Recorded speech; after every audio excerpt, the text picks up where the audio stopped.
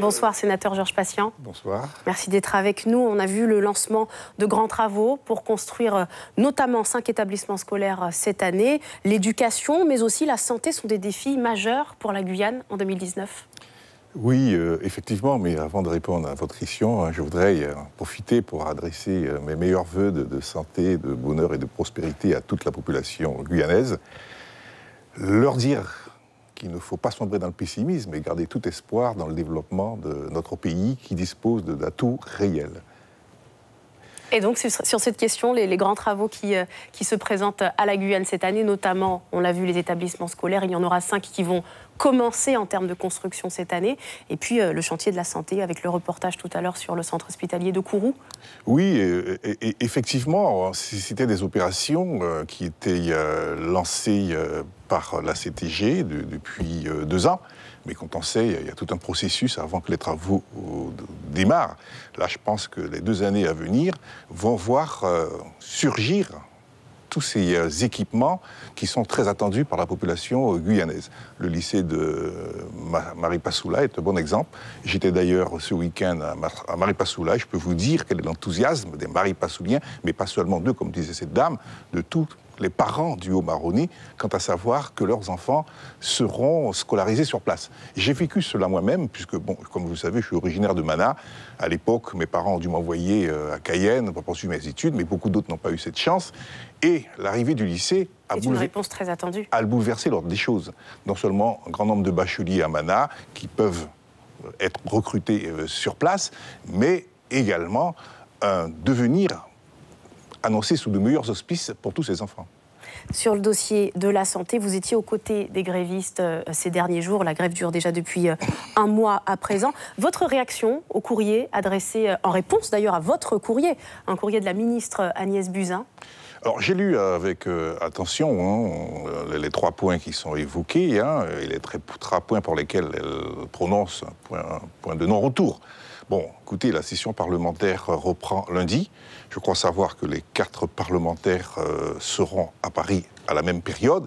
Il serait peut-être bien qu'à l'action locale menée par les grévistes, nous également, nous menons des actions sur le plan national à Paris. S'il nous faut, nous forcerons la porte de la ministre, mais il faudra qu'elle nous reçoive. Elle estime qu'il n'y aura pas d'exception, en tout cas, pour l'hôpital de Kourou. Oui, c'est ce qu'elle dit, mais comme je l'ai dit, ici même, à mesure exceptionnelle, solution exceptionnelle. Donc nous verrons bien. Votre domaine, si je puis dire, Georges Patient, c'est la finance, l'économie. Parmi les grands dossiers avec lesquels s'ouvre cette année, les exonérations de charges pour les entreprises.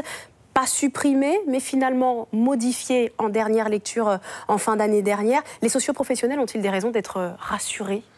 Ça a été un combat très difficile qui a duré presque 2 mois en association avec les socioprofessionnels. Il faut reconnaître qu'au départ, la Guyane, le mot n'est pas fort, était discriminé. On a eu l'impression qu'on a fait un ajustement, mais au détriment de la Guyane et de Mayotte. Bon, Mayotte a été épargnée, mais la Guyane, non. Il a fallu un combat très actif avec tous les socioprofessionnels pour qu'on arrive à trouver une solution pas tout à fait satisfaisante, mais qui permet quand même aux socioprofessionnels de perdurer. Parce que finalement, au lieu d'une amélioration pour la plupart des entreprises, c'est l'inverse. On est loin des promesses de l'accord de Guyane, notamment d'un pacte social et fiscal qui prévoit de booster l'économie avec, pour le coup, aucun impôt pour les entrepreneurs. C'est une promesse, et ce, pendant 10 ans. Là-dessus, on en est où? Est-ce que c'est terminé? Est-ce qu'on oublie ces mesures? On ne peut pas aller jusque-là. Bon, vous savez, le problème des Gilets jaunes, c'est de dire que bon, certains paient des impôts, d'autres n'en paient pas suffisamment. Donc, arriver à 0 charge fiscale ou sociale pour les entreprises, c'était un peu trop dans ce contexte des Gilets jaunes, on le voit bien maintenant. C'est inscrit pourtant dans l'accord de Guyane. Oui, mais bon, il y a d'autres choses aussi qui étaient peut-être inscrites, mais il y a une réalité quand même financière. La France est dans une situation contrainte financièrement. Elle ne peut pas faire avec ce qu'elle n'a pas.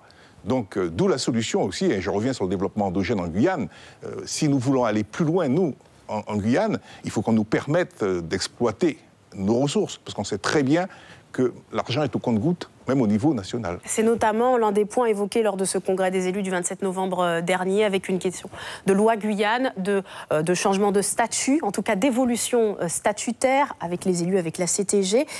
Vous évoquiez, vous, une autonomie plus grande pour la CTG. Comment et pour faire quoi? Ce qu'il faut noter quand même, c'est que contrairement à la période de 2010, dans la résolution qui a été adoptée, il y a un consensus quand même. Il n'y a pas deux partis qui se mettent dos à dos.